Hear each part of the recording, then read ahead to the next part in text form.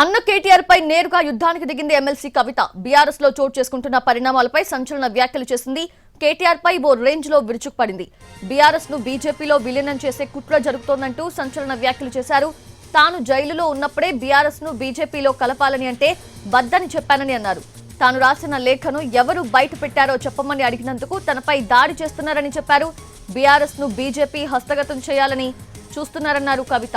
కేటీఆర్ పై tone పెంచారు కవిత. Working president గా ఉండి ఏం చేస్తున్నాడని ట్వీట్లకే పరిమితమైతే సరిపోతుందా అని ప్రశ్నించారు. కేసీఆర్ కు నోటీసులు ఇస్తే ట్వీట్ చేసి ఊరుకున్న వర్కింగ్ ప్రెసిడెంట్ వేరే నేతకు నోటీస్ ఇస్తే హంగామా చేశారని అన్నారు. తనకు నీతులు చెప్పేవారికి పార్టీని నడిపించే సత్తా లేదన్నారు. తనకు వెన్నుపోటు రాజకీయాలు తెలియవని, ముందొకటి వెనకొకటి మాట్లాడనని అన్నారు. పార్టీ వేదికలపై మాట్లాడమంటున్నారు కానీ పార్టీ ఫోరంలో ఏముందని ప్రశ్నించారు. అందుకే బయట మాట్లాడాల్సి వచ్చిందన్నారు. వరంగల్ మీటింగ్ సక్సెస్ అయిందని చెప్పుకుంటున్న వాళ్ళను చూసి జనం నవ్వుకుంటున్నారన్నారు. ఇక బీఆర్ఎస్ ను బీజేపీలో కలపాలని చూస్తున్నారని వ్యాఖ్యానించారు కవిత. బనకచెర్ల ప్రాజెక్టుతో భవిష్యత్తులో తెలంగాణకు చాలా నష్టమని, ఈ విషయంలో టీడీపీ, బీజేపీ, కాంగ్రెస్ లు తెలంగాణకు ద్రోహం చేస్తున్నాయని అన్నారు. బీఆర్ఎస్ లో ఉండి నాకు నీతులు చెప్పేవాళ్లు ఈ ప్రాజెక్టుపై ఉద్యమం చేయాలని సవాల్ విసిరారు. కేసీఆర్ కు నోటీసులు ఇచ్చినప్పుడు బూరూరా నిరసనలు చేయాలని, కానీ బీఆర్ఎస్ లో ఉన్న వాళ్ళు ఆ పని చేయడం లేదన్నారు. కేసీఆర్ కు నోటీసులు ఇస్తే ట్విట్టర్ లో మెసేజెస్ పెట్టి ఊరుకుంటే సరిపోతుందా అని ప్రశ్నించారు. కొంతమంది పెయిడ్ ఆర్టిస్టులు తనపై దుష్ప్రచారం చేస్తున్నారని, డబ్బులిచ్చి మరీ తిట్టిస్తున్నారని అన్నారు. తనపై ఆరోపణలు వచ్చినప్పుడు కేసీఆర్ వద్దకు వెళ్లి పార్టీకి రాజీనామా చేస్తానని అన్నానని, కానీ కేసీఆర్ ఇందుకు ఒప్పుకోలేదని చెప్పారు కవిత. నేను కడుపులో బిడ్డను పెట్టుకుని తెలంగాణ కోసం కొట్లాడానని, లీకు వీరులను బయటపెట్టమంటే గ్రీకు వీరుల్లాగా నాపై దాడి చేస్తున్నారని అన్నారు. తాను కాంగ్రెస్ తో మాట్లాడింది 2013లోనని, అప్పటి నుంచి ఇప్పటి వరకు మళ్లీ మాట్లాడలేదని అన్నారు కవిత. ఇటది అన్న కేటీఆర్ పై నేరుగానే యుద్ధానికి దిగినట్లుగా తెలుస్తూ ఉంది ఎమ్మెల్సీ కవిత. బీఆర్ఎస్ లో చోటు చేసుకుంటున్న పరిణామాలపై సంచలన వ్యాఖ్యలు చేశారు. లేటెస్ట్ అప్డేట్స్ అందించేందుకు మా ప్రతినిధి సతీష్ లైవ్ లో సిద్ధంగా ఉన్నారు. Satish, over to you. Yes Soujanya, KTR పేరు మాత్రమే చెప్పలేదు, కానీ కేటీఆర్ గురించి చెప్పాల్సినంత కూడా కవిత చెప్పారు. కొద్దిసేపటి క్రితం జరిగినటువంటి చిట్చాట్లో కవిత డైరెక్ట్గా కేటీఆర్ని టార్గెట్ చేస్తూ మాట్లాడారు. ఆ పార్టీకి సంబంధించి జరుగుతున్న కార్యక్రమాల మీద ఆమె అభ్యంతరం వ్యక్తం చేశారు.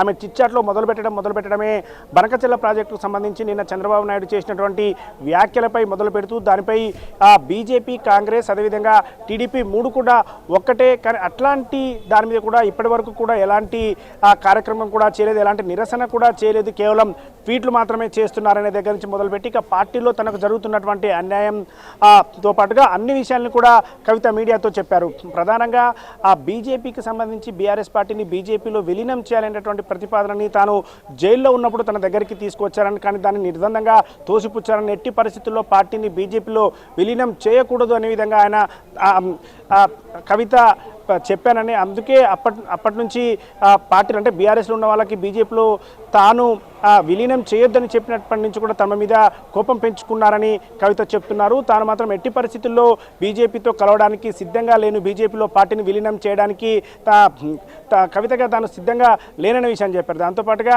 ఏదైతే కేసీఆర్కి సంబంధించి నోటీసులు వచ్చిన తర్వాత పార్టీ కార్యక్రమాలు అంటే నిరసన కార్యక్రమాలు ఎందుకు చేయలేదు, ధర్నాలు ఎందుకు చేయలేదు అని చెప్పి కూడా ఆమె ప్రశ్నించారు.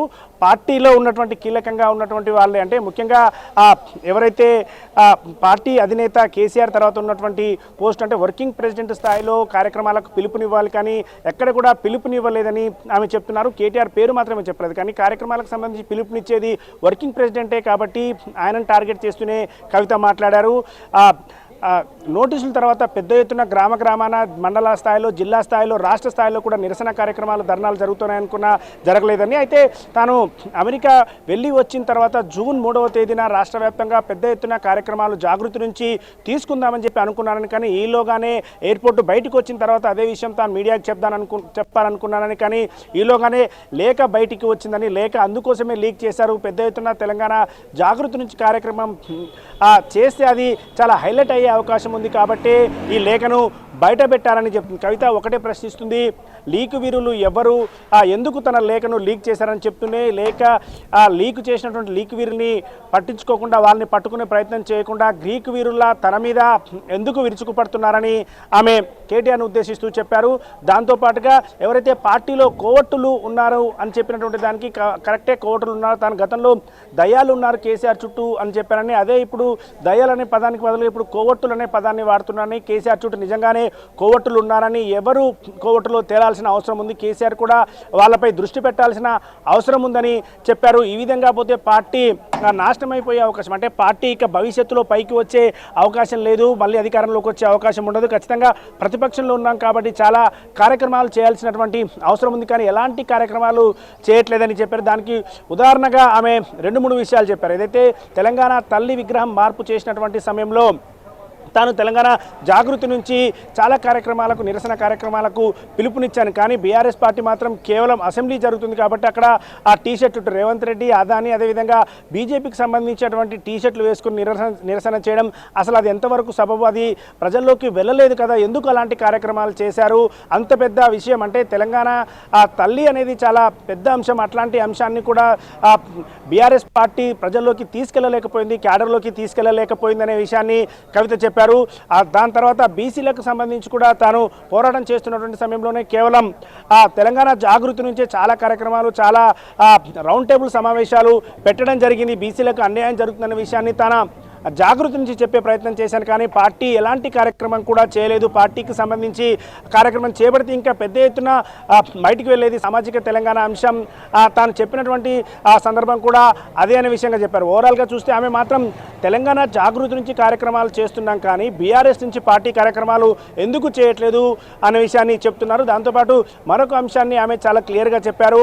ట్వీట్ల ద్వారా తాను ఏదైతే మాట్లాడుతున్నానో దానికి సంబంధించి తనకు సపోర్టుగా మాట్లాడినటువంటి వాళ్ళ మీద ట్వీట్ చేశారు, నెగిటివ్గా ట్వీట్ చేశారు, పార్టీలో ఉండి కూడా నెగిటివ్గా ట్వీట్ చేశారని చెప్తున్నారు. దాంతోపాటు కేటీఆర్కి సంబంధించినటువంటి అఫీషియల్ హ్యాండిల్ నుంచి కూడా ఆ ట్వీట్లకు లైక్లు వెళ్ళాయి అనేది కవిత చెప్పేటటువంటి సారాంశం. ఎందుకు తనని టార్గెట్ చేస్తూ ట్వీట్లు చేస్తున్నారు అని చెప్పారు. దాంతోపాటుగా నిన్న ఏదైతే కొన్ని పత్రికల్లో వచ్చినటువంటి వార్తాంశంలో కూడా పార్టీ నుంచి ఎందుకు ఖండించలేదు, ప్రస్తుతం ఇంకా కూడా బీఆర్ఎస్ పార్టీలోనే ఉన్నాను, తాను బీఆర్ఎస్ ఎమ్మెల్సీగానే కొనసాగుతున్నాను, ఇంత జరుగుతున్నా సరే, ఇంత తన మీద నెగటివ్ ప్రచారం జరుగుతున్నటువంటి సమయంలోనే పార్టీ నుంచి ఎందుకు ఖండన రాలేదు అని చెప్పి కూడా ఆమె నేరుగా ప్రశ్నించారు. సాయంత్రం 5 గంటల వరకు కూడా చూశాను, ప్రతి చిన్న విషయానికి బయటికి వెళ్ళి పోరాటం చేయరు, బయటికి వెళ్లకుండా కేవలం ట్వీట్లకు మాత్రమే పరిమితమయ్యేటటువంటి పార్టీ నిన్న ఆ విషయంలో ఎందుకు ట్వీట్ చేయలేదు, ఎవరితో కూడా ఖండన మెసేజ్ కూడా పెట్టించలేదు అనేది కవిత ప్రశ్నిస్తుంది. ఇక ఎవరు కూడా పార్టీ నుంచి స్పందించట్లేదు కాబట్టి తానే రంగంలోకి దిగానని, అందుకే తానే దాన్ని ఖండిస్తూ మెసేజ్ పెట్టడం జరిగిందని చెప్పారు. ఓవరాల్గా చూస్తే మాత్రం ఇక కేటీఆర్ పేరు మాత్రం ఎత్తుకోలేదు, కానీ కేటీఆర్ని ఉద్దేశిస్తూనే పూర్తి స్థాయిలో ఆమె జరిగినటువంటి చిట్చాట్లో కావచ్చు, పార్టీ కార్యక్రమాల విషయంలో కూడా చెప్పడం జరిగింది. సౌజన్య. Yes, Satish, thank you. Thanks for the live updates.